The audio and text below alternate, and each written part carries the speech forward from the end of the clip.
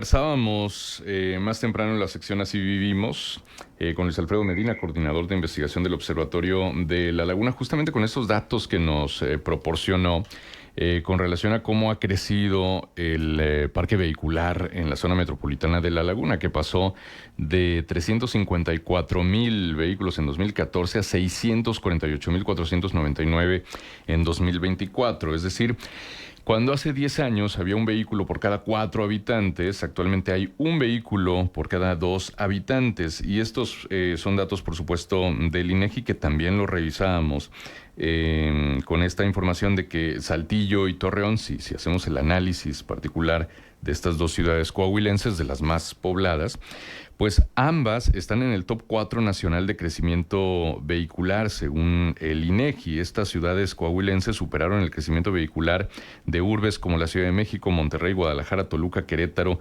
y Ciudad Juárez. Saltillo y Torreón se encuentran entre los municipios con el reinado de los automóviles, al ser de las localidades con la mayor tasa anual de crecimiento en vehículos registrados en circulación entre 2020 y 2024, según el INEGI.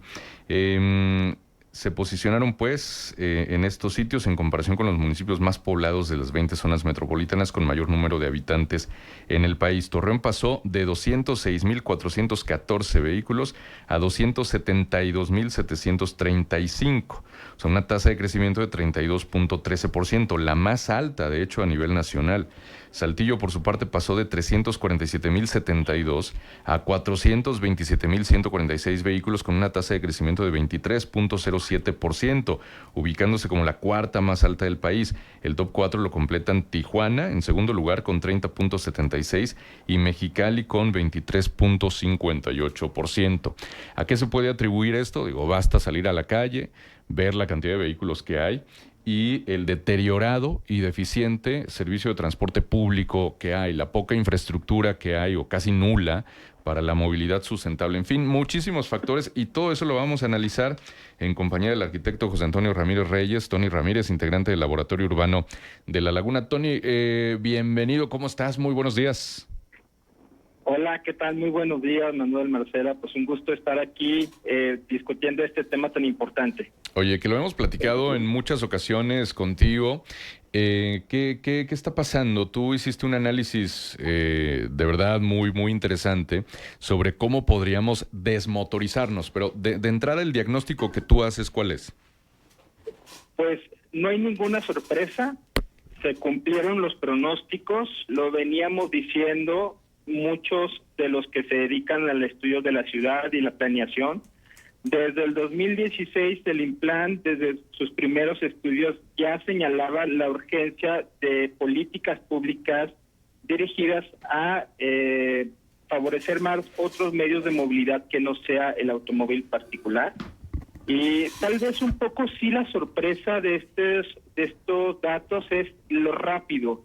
Tal vez fuimos muy precavidos, los pronósticos fueron muy conservadores, porque en realidad el pronóstico estaba para el 2030 y ya es 2025 y nos alcanzó la realidad. Okay. Ya sucede, ya hay un auto por cada 2 habitantes en la calle de La Laguna y pues esto se explica solamente porque hemos tomado todas las decisiones necesarias para llegar a este indicador, ¿no? Estamos hablando de una ciudad que La Laguna, el área urbana de La Laguna, pues pasó de 1970 a tener 13,000 hectáreas de superficie, al 2020 a tener más de 30,000 hectáreas, o sea, prácticamente superó el doble de su tamaño en tan poco tiempo, pero esto también acompañado de la ausencia de un transporte, dejen ustedes metropolitano, sino local, barrial, entre distritos, que no garantizó a la ciudadanía una forma segura, asequible, limpia de moverse y que ante esta adversidad pues tuvieron que irse a endeudar con un crédito que no son nada baratos para sacarse un auto o para otro tipo de personas tener que comprar un auto extranjero y buscar la forma de regularizarlo o, por ejemplo, también personas de mucho menos recursos, una motocicleta, que a lo mejor tendríamos que matizar estos estudios, estaría muy interesante ver cómo ha sido el incremento exponencial de las motocicletas, porque al no tener la capacidad de pagar un crédito automotriz por un vehículo particular, un sedán, pues lo que haces es ir a sacar una moto y luego por eso vemos ya cada vez más frecuente este fenómeno de familias enteras subidas a una moto circulando en condiciones francamente inseguras. Sí, sí, sí. Y bueno, decíamos, compartimos este análisis que tú expusiste también en redes sociales, 6 pasos para desmotorizarnos, una ruta para recuperar el equilibrio urbano de la laguna. Los voy a mencionar muy rápidamente, ya tú profundizas en ello, pero de verdad, o sea, son puntos sumamente factibles. Por ejemplo, primero, levantar una encuesta origen-destino. Sin datos no hay política. Y me gustó esta frase que pones, saber cómo se mueve la gente es el primer paso para mover mejor a la ciudad. Y luego, eficientar el transporte público existente. No se trata solo de más camiones, sino de un sistema coordinado con rutas troncales, alimentadoras, horarios confiables, pago electrónico, unidades seguras y limpias. 3, diversificar los medios de transporte. Y esta frase también me encantó. Caminar y pedalear deberían ser opciones seguras y agradables, no actos de valentía. 4, impulsar la densificación del centro. 5, promover el carpool, por ejemplo, entre funcionarios. 6, limitar el acceso del automóvil. Son estos pasos que tú propones para desmotorizarnos y apuntas, no se trata de declararle la guerra al automóvil, sino de reconciliar a la ciudad con su gente. Si pudieras profundizar, Tony, en este análisis que hiciste, por favor. Claro, y es que muchas veces estigmatizamos estos resultados y estos discursos sobre medios alternos de movilidad porque creemos que les vamos a prohibir a las personas moverse en automóvil y no es así. Lo que se trata es tener opciones. Miren, yo ahorita estoy en Ciudad de México, en la estación de Metro Puebla, y para venir acá pude tomar un metrobús, avancé 3 estaciones y luego tomé el metro otras 3 estaciones, pero pude haber tomado también un RTP, pude haber tomado también mi bicicleta y pude haber venido por una serie de ciclovías que hay aquí. Se trata de opciones, pero para poder generar las opciones primero necesitamos saber cómo nos movemos, por eso el primer punto tiene como base hacer una encuesta origen-destino. Me preocupa y creo que deberíamos preocuparnos que se estén haciendo programas de desarrollo urbano, que se estén haciendo modificaciones de rutas de transporte público, inclusive hablando de Metrobús, si no sabemos cómo nos movemos en la laguna, de dónde vienen y a dónde van las personas, por edad, por horarios, por distancias.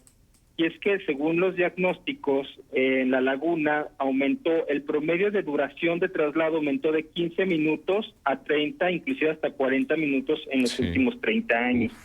Esto ha sido porque como nos hemos enfocado solamente en vialidades primarias y en el automóvil particular, y no tenemos una base de datos que nos dé certeza, entonces estamos tomando decisiones un poco a ciegas. Y para poder eficientar el transporte público, que es el punto 2, necesitamos saber este tipo de información. De hecho, el antídoto natural contra el congestionamiento por automóviles particulares tiene que ser una infraestructura que priorice el transporte público, que priorice autobuses, priorice bicicletas, que priorice otros medios alternativos. Yo no estoy diciendo que en la laguna ya estemos listos para tener un sistema de metro o metrobús. Lo que estoy diciendo es que tenemos que ser creativos para ver qué es lo que sí podemos hacer, porque claramente los números nos dicen que ya nos rebasó la realidad. Y es muy importante que, y ese ha sido uno de los grandes problemas de la planeación, tenemos la movilidad por un lado y la vivienda y el uso de suelo por otro, y no es así. El cuarto punto tiene que ver justo con el hecho de que tengamos este problema es porque generamos una ciudad extendida, monofuncional, con fraccionamientos a la orilla de la ciudad y lo seguimos haciendo. Seguimos viendo cómo en la periferia de Torreón y Gómez Palacio se siguen haciendo fraccionamientos completamente discontinuos de la ciudad y tendríamos que reflexionar si no tendríamos que promover suelo y vivienda donde las personas tengan la necesidad de moverse menos. No, es decir, si ahorita me tengo que mover 6.5 kilómetros, que es más o menos el promedio de viaje en la laguna, poder moverme por lo menos 5 o 4.5 en promedio. Eso sería una meta que tendríamos que tener. Y Justo el quinto punto tiene que ver con el liderazgo del gobierno en este tipo de políticas. Ya ha habido otros gobiernos, por ejemplo, sobre todo en Colombia, en donde los gobiernos locales o estatales han implementado programas para compartir el automóvil. Digamos, si yo paso por donde viven 3 o 4 compañeros de trabajo y entramos a la misma hora, puedo compartir mi automóvil, y en lugar de tener a 4 autos circulando en las vías, nada más tenemos un vehículo. Esto no es la solución, no es algo que va a cambiar estructuralmente la movilidad, pero es un símbolo de la voluntad que puede haber desde el gobierno para poder solucionar el problema. Y al final de cuentas, como último paso, una vez que ya tengamos esta proximidad, que ya tengamos estas opciones para movernos, que ya existe esta conciencia, que ya existe esta base de datos, hay que entrarle al tema también de restringir el automóvil particular, como lo hacen ciudades como en Londres o en Madrid o inclusive en Ciudad de México, donde el que quiera moverse en auto le va a costar. ¿Por qué? Porque tener un auto moviéndose en las calles implica más inseguridad vial, más contaminación por los gases de efecto invernadero que emite, ruido, contaminación auditiva también, más espacio que se le tiene que invertir la ciudad para que el auto se pueda estacionar, espacio que ya no puede ser disfrutable con una banca y un árbol. Entonces, hay un costo de la ciudad que alguien tiene que pagarlo. No lo podemos pagar los peatones y los que nos tenemos que mover en transporte público. Lo tienen que pagar los que se mueven en auto. Pero hago énfasis en esto. Solo cuando ya esté desplegado todos estos otros puntos, porque muchas veces he intentado hacerlo ahorita y con justa razón la gente dice, bueno, dame opciones. Si no me muevo en automóvil, ¿cómo me puedo mover? Es que justo eso pensaba, Tony. Digo, el tema de lo del automóvil lo hemos platicado no sé en cuántas ocasiones y yo sigo sin encontrar una salida. La ciudad que tenemos es la ciudad que tenemos, no más, ¿sí?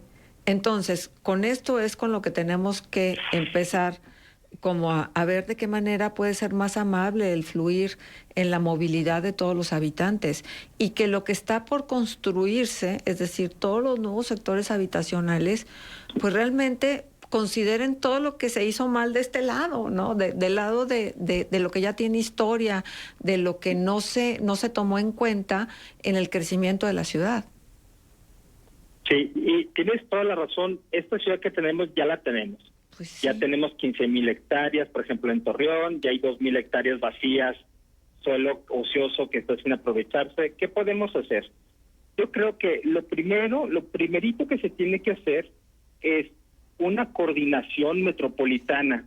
Eso es bien importante. Parte del fracaso del Metrobús tuvo que ver con el hecho de que no se pusieran de acuerdo el estado de Coahuila con Durango, por el tema de la conexión entre Matamoros, Torreón, con Gómez Palacio y Lerdo. Otro de las grandes barreras que tenemos en el transporte público es la fragmentación de quién tiene las concesiones. Hay concesiones municipales, hay concesiones estatales, hay concesiones federales. Y en ese mar de concesiones no existe el espacio para una coordinación metropolitana interestatal como te le exige una ciudad como La Laguna. Entonces, sí, creo que el primer paso es una coordinación y después de eso empezar a ver como puntos de acupuntura interesantes que pueden ayudar a la movilidad. Por ejemplo, ahora que el Colegio de Arquitectos está acompañando a obras públicas en la elaboración del proyecto Paseo Morelos, una de las discusiones... Nos queda un minutito, Tony. Claro, esto cierro. Una de las discusiones que se pudiera hacer es ¿cómo podemos mejorar el transporte público de microescala en el centro histórico? Una sí es con redes de ciclovías, pero otra es, por ejemplo, como lo hicieron en San Pedro Garza García, una microruta que estuviera circulando entre los diferentes estacionamientos del centro, llevando a la gente de un lado al otro. De esa manera podrías descongestionar de cierta manera el centro histórico. Cada parte de nuestra ciudad tiene sus particularidades y hay que estudiarlas. De acuerdo. Muy bien, Tony, pues como siempre, un gusto conversar contigo. Te mandamos un abrazo y nos escuchamos el jueves en Entre Banquetas, ¿no? Sí, ahí vamos a estar platicando de esto y otros temas. Perfecto, un abrazo. Es el arquitecto José Antonio Ramírez Reyes, integrante del Laboratorio Urbano de La Laguna, colaborador de Noticieros GREM en la sección Entre Banquetas del programa Contrapunto, cada 2 semanas en jueves, ahí lo pueden escuchar.